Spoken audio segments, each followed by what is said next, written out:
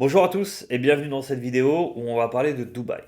Alors Dubaï, j'ai une longue histoire avec cette ville qui est assez connue maintenant sur Internet et même dans le monde entier, c'est assez connu. Elle a une réputation, le fait de payer moins d'impôts forcément, donc premier point positif de cette ville. Et en fait, donc moi j'ai déménagé en 2020 là-bas et j'aimerais vous donner mon retour d'expérience, comment j'ai vécu là-bas, qu'est-ce qui s'est passé, pourquoi j'ai quitté aussi Dubaï. Et j'aimerais vraiment que vous fassiez quelque chose pour moi. C'est de faire votre propre idée. Donc là, vous allez écouter cette vidéo, vous voyez aussi pas mal de personnes en parler. Mais vraiment, si vous comptez déménager là-bas, c'est peut-être la meilleure vidéo que vous allez voir sur le sujet. Mais si vous comptez déménager là-bas, vraiment, allez-y pendant un mois, 2 mois, 3 mois. Je crois que le visa c'est 3 mois, donc vous pouvez rester pendant 3 mois là-bas sans faire quoi que ce soit en termes de résidence. Et puis, imaginez vraiment rester là pendant 6 mois, un an. 6 mois, un an par an. D'accord. Bref. Donc moi, pour vous situer, j'ai de la famille qui vit là-bas depuis 7, 10 ans, quelque chose comme ça. Et bah, j'y ai jamais été. Je n'avais pas forcément envie. Non, même ça fait plus longtemps, je crois que ça fait 15 ans. Mais bref, ça fait 15 ans que ma famille vit là-bas. J'avais pas envie d'y aller, tout simplement, ça m'intéressait pas trop. Vraiment pas même. Et puis, arrivé la période du Covid, on s'est retrouvés enfermés dans les pays que vous connaissez tous, la France, etc. Enfin voilà, on n'avait plus vraiment de liberté. Et donc, il y avait une fenêtre de, où je pouvais m'échapper. Donc, je me suis échappé à ce moment-là de la France. Et du coup, j'ai déménagé tout simplement à Dubaï. Donc, j'ai pris absolument toutes mes affaires. Je connaissais absolument pas cette ville, je connaissais pas ce pays non plus. Et bah, du coup, j'ai vraiment foncé tête baissée et j'ai déménagé là-bas. Et je pense que c'était une grosse erreur de ma part. Et vous allez découvrir dans cette vidéo pourquoi j'ai décidé de quitter Dubaï et pourquoi je pense que c'était une erreur de déménager à Dubaï. On va commencer par les points positifs, d'accord, toujours comme ça vous voyez un petit peu bah, qu'est-ce que j'ai apprécié quand même. Et pourquoi du coup ensuite les points négatifs m'ont fait déménager de cette ville. Alors, les points positifs, c'est premièrement que c'est une ville qui est tournée vers le service. Forcément, on est vraiment privilégié là-bas. Tout est à notre disposition. Si on veut se faire livrer, je sais pas, à manger ou des objets qu'on pourrait trouver dans des magasins, on peut se faire livrer tout et n'importe quoi à n'importe quelle heure. Donc ça, pour l'instant, on va le mettre dans un point positif, mais vous verrez que c'est aussi quelque chose qui, moi, personnellement, a fait que je devais déménager. Et je vais vous expliquer pourquoi. Mais donc voilà, il y a du service. Les gens sont vraiment là pour vous rendre heureux, etc. Donc c'est cool. Vraiment, ça, c'est cool. Ensuite, il y a pas mal d'activités à faire dans le désert. Donc ça, c'est quelque chose qu'on ne peut pas forcément faire partout. Mais donc voilà, il y a quelques activités à faire dans le désert. Et ça, j'ai aussi vraiment apprécié. Du shopping, il y en a vraiment pour toutes les bourses. Voilà, vous pouvez aller au souk et trouver vraiment des belles choses et aller aussi tout simplement dans les magasins de luxe, Dubai Mall, etc. pour trouver tout ce qui est Richard Mille, voilà, objets de luxe. D'accord. Donc ça c'est aussi très très plaisant.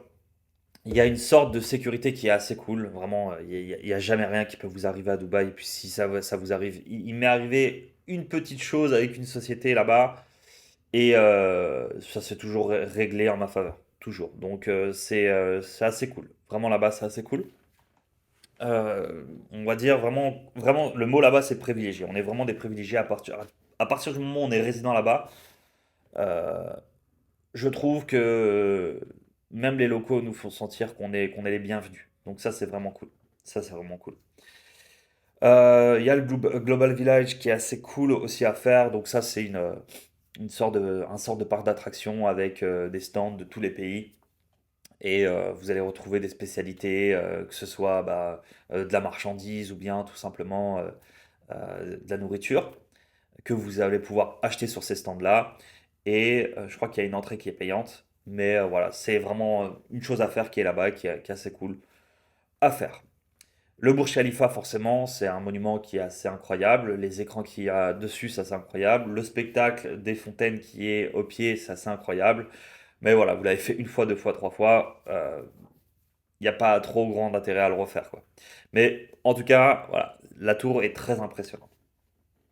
Donc c'est aussi très inspirant de voir les grands buildings, forcément, les voitures de luxe partout, etc. Moi, je me souviens que ça m'a quand même beaucoup changé par rapport à ce que j'avais déjà vu dans ma vie.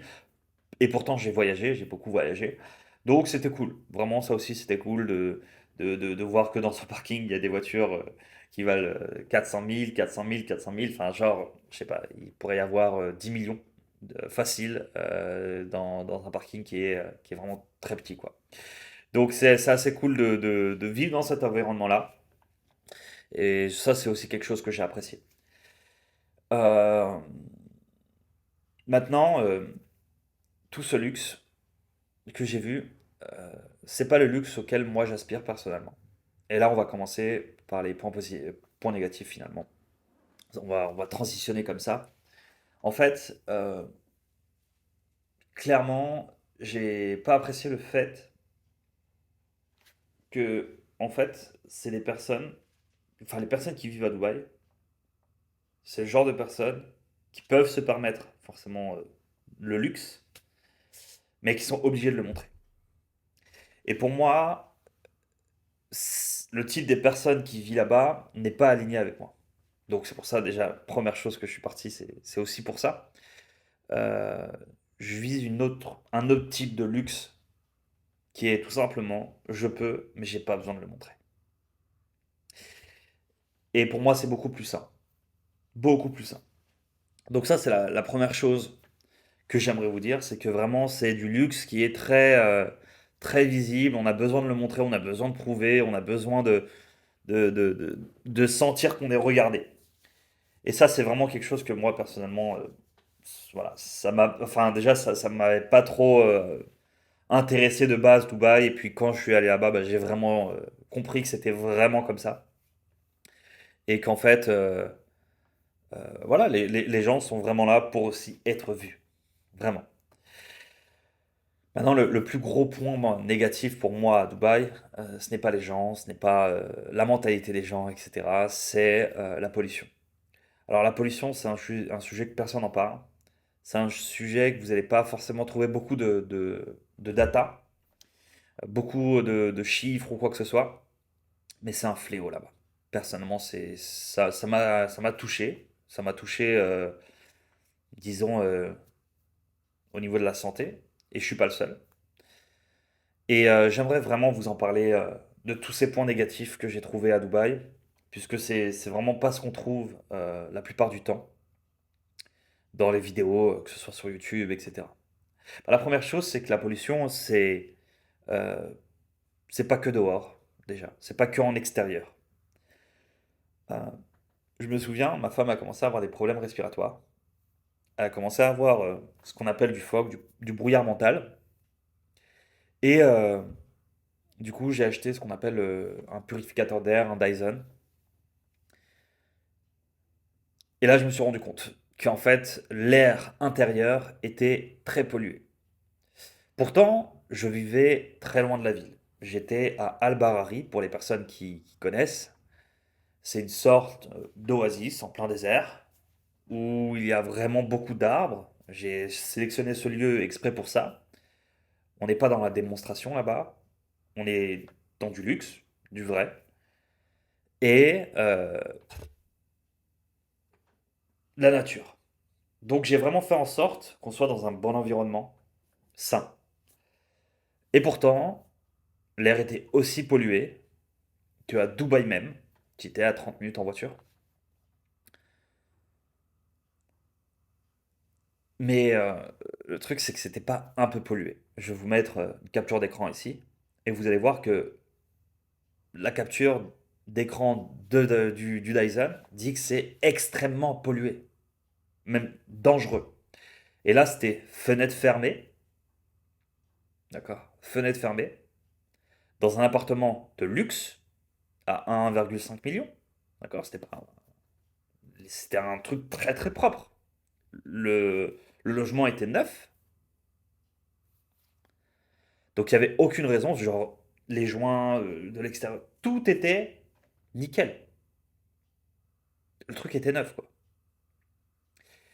Et ça nous a causé aussi du coup des problèmes de santé. Sans rentrer dans les détails, problèmes dérèglement hormonal, etc. Enfin, on a dû, enfin, enfin, d'ailleurs, c'est l'unique fois dans ma vie où j'étais plus d'une fois à l'hôpital.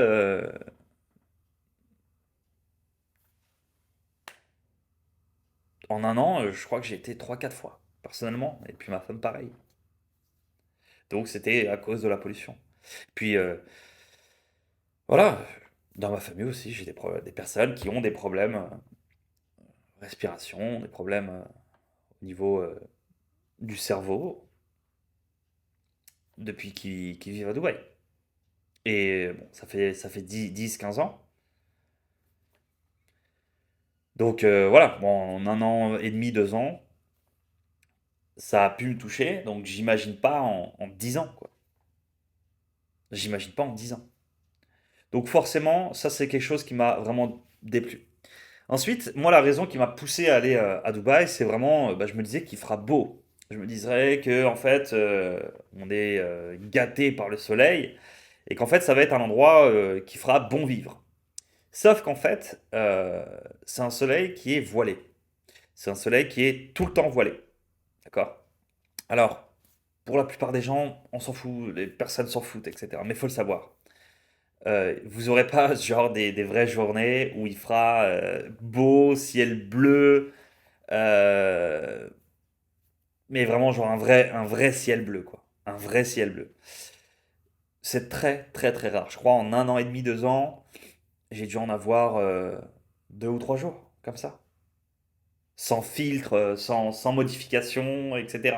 Je ne parle pas de ce que vous voyez sur les réseaux, je parle de la vraie vie. Vous verrez que c'est toujours voilé. Et le voile que vous allez voir, c'est très simple, c'est de la pollution. Donc on en revient toujours au même problème. La pollution. Et puis, moi, ce qui m'a aussi choqué, c'est que à partir du moment où j'ai vu ces problèmes-là, bah, j'ai essayé d'en parler.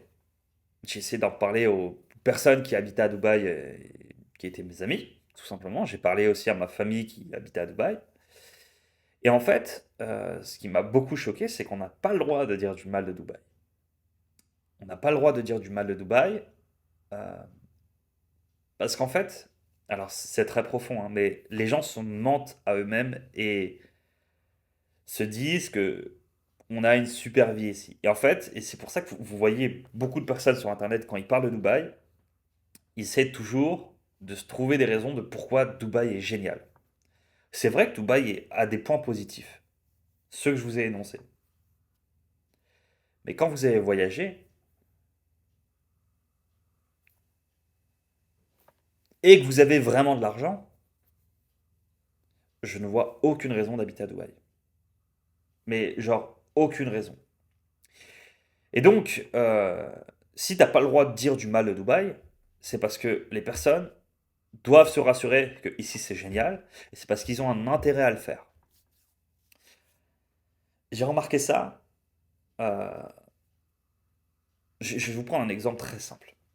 Est-ce qu'aujourd'hui, si je vous dis, je vis à Dubaï, ici je me sens vraiment pas heureux, ici j'ai des problèmes de santé, j'ai des problèmes respiratoires, mais je roule en Lamborghini, je peux manger dans tel ou tel restaurant, je suis dans une sécurité maximum, etc.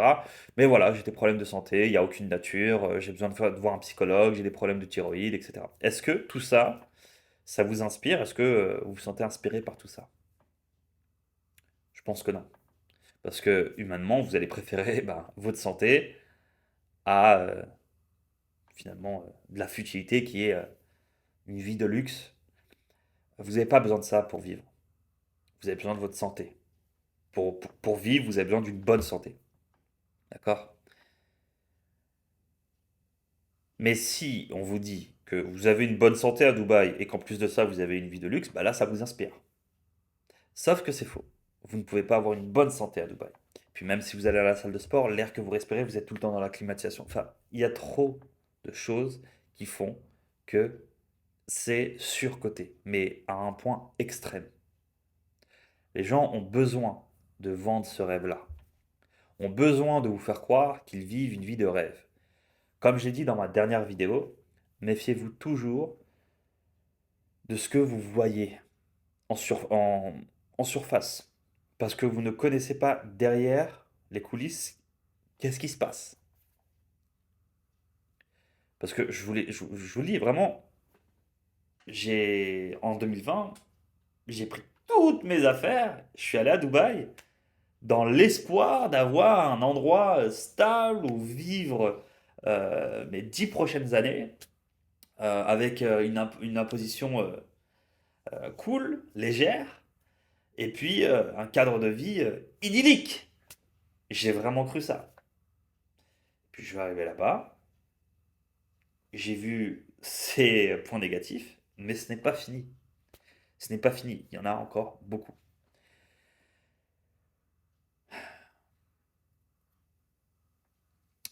Il y a une chose, juste pour revenir sur la partie pollution, juste pour vous voyez d'où ça vient. En fait, c'est tout simplement qu'il y a beaucoup de tempêtes de sable. Tout ça, ça vient du sable, etc. Je me souviens, par exemple, quand je partais en vacances, donc quand je pars en vacances, c'est minimum 1 ou 2 mois, minimum. Bah, on devait couvrir tous les meubles, d'accord? Tous les meubles, etc. Les, euh, les canapés, et ce genre de choses. On devrait vraiment tout couvrir pour pas qu'il y ait du sable dessus. Et quand on revenait, il y avait personne dans l'appartement. Tout était fermé à clé, etc. Il y avait une poussière incroyable. Mais incroyable. Incroyable sur tout, tout le sol, sur les bâches qu'on avait mises sur les meubles, etc. Pourtant, les fenêtres étaient fermées, les volets étaient fermés, les rideaux étaient fermés. Il n'y a aucune chance que ça rentre. Peut-être les trous de climatisation, j'en sais rien. Mais en tout cas, c'est quelque chose à savoir. C'est quelque chose à savoir.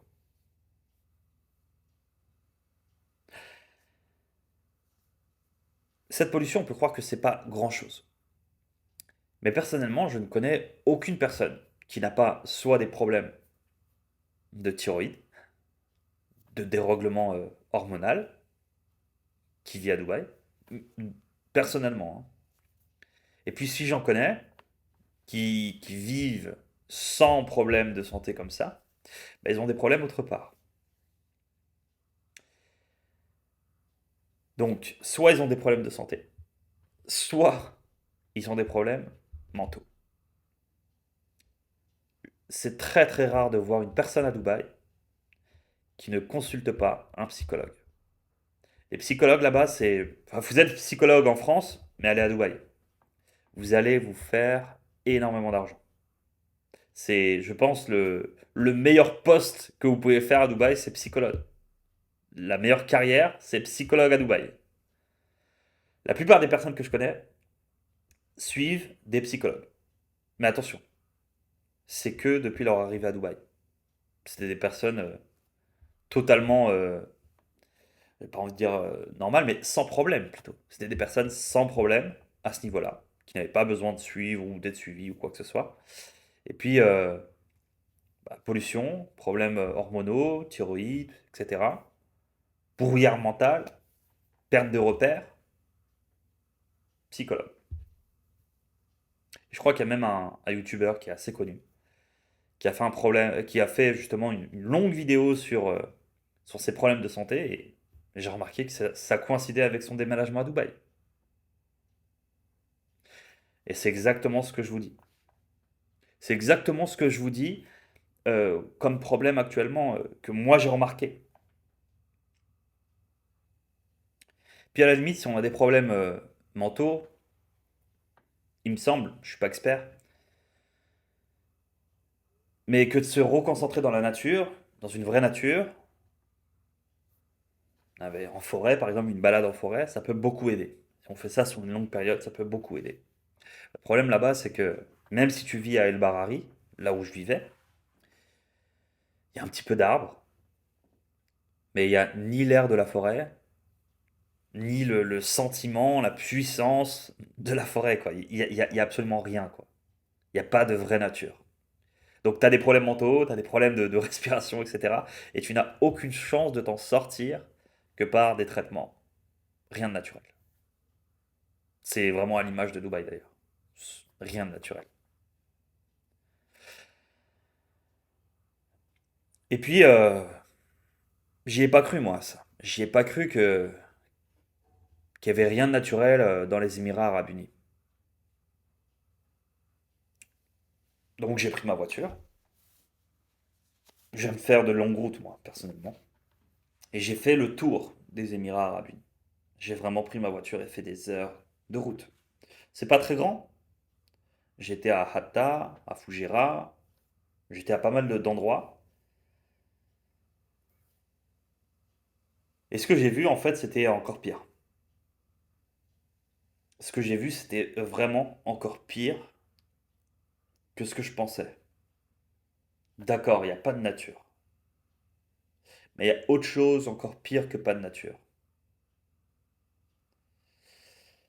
C'est des personnes, j'ai vu des personnes qui étaient complètement déshumanisées. Des tonnes de personnes qui vivaient dans ce qu'on appelle des cages à poules, entassées, des milliers et des milliers d'Indiens. Et quand tu passes devant eux avec une bonne voiture, ils sont limite en train de d'avoir peur de toi, quoi. D'avoir peur de toi et ils te regardent comme soit comme un sauveur entre guillemets, soit comme un quelqu'un qui leur veut du mal. J'ai vraiment vu ça. Je l'ai vu de mes yeux. Je l'ai vu de mes yeux et c'était très troublant.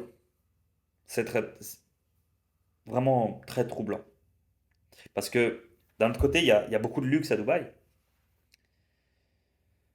Il y a beaucoup de personnes qui en parlent dans le positif. Ok, il n'y a pas d'impôt, il y a du service, etc.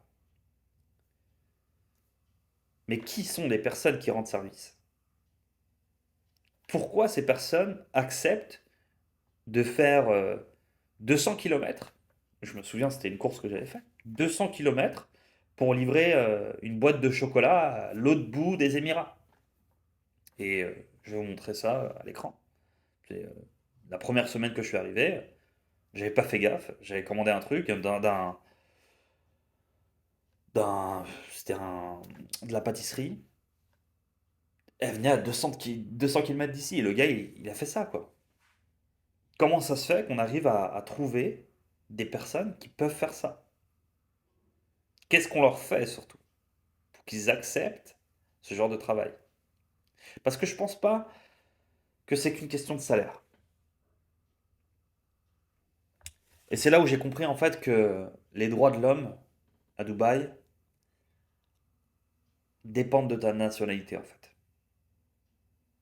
Ils dépendent vraiment de ta nationalité. Et bah moi personnellement c'est quelque chose qui passe pas. C'est vraiment le premier endroit dans ma vie où je me suis dit bah écoutez, franchement je préfère payer des impôts. Bah, je préfère vraiment payer des impôts. J'ai pas dit que j'irai en France. Mais payer des impôts, 10%, 20%, et vivre dans un endroit où les personnes sont tous respectées, quoi. Sont tous respectés. Je pense que si tu n'as pas de conscience et que tu es là pour économiser tes impôts, bah vas-y, fonce. Dubaï, c'est pour toi. Si tu es tout seul, t'as pas d'enfant, t'as pas de femme, etc., et que tu t'en fous de ta santé, fonce. Dubaï, c'est pour toi. Vraiment. Fonce. Si tu es là en train d'essayer de faire le coup du siècle, tu vas économiser tes impôts et puis ça te fera 10 fois, 100 fois plus parce que tu as fait cette économie-là, vas-y, fonce. Mais personnellement, j'ai une conscience et ma conscience ne m'autorise pas à aller là-bas. Et pourtant, Dubaï, paradoxalement, c'est un pays qui est musulman. Et donc, ça devrait venir d'eux-mêmes, sans faire de jugement. Ça devrait venir d'eux-mêmes. Et c'est aussi d'ailleurs quelque chose qui m'a assez choqué personnellement. C'est ben, d'un côté, c'est un pays musulman, mais il y a une perversion extrême qui est largement acceptée. Et je vous promets qu'il y a d'autres pays qui sont vraiment pas musulmans ou quoi que ce soit et qui auraient jamais ces choses-là. Il y aurait jamais ces choses-là. Par exemple, tu te promènes juste à Dera, tu vas voir pas mal de personnes distribuer des cartes douteuses. Et ça, je n'ai jamais vu ça dans aucun autre pays.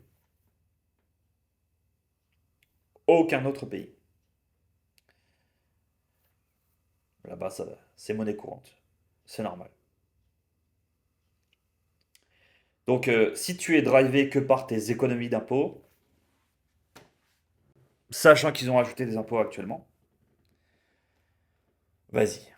Vraiment, vas-y. Mais moi, personnellement, j'ai beaucoup plus de respect pour ceux qui vivent dans des pays qui, qui sont un petit peu plus imposés. J'ai pas dit aller payer 60%, mais qui sont un petit peu plus imposés, plutôt que les personnes qui vont là-bas pour économiser leur impôt, mais qui vivent dans un cadre qui détruit leur santé, qui détruit leur morale, leur psychologie, etc. Et qui n'a aucune éthique. Pour moi, c'est un pays qui n'a aucune éthique. Mais peut-être que ça va changer.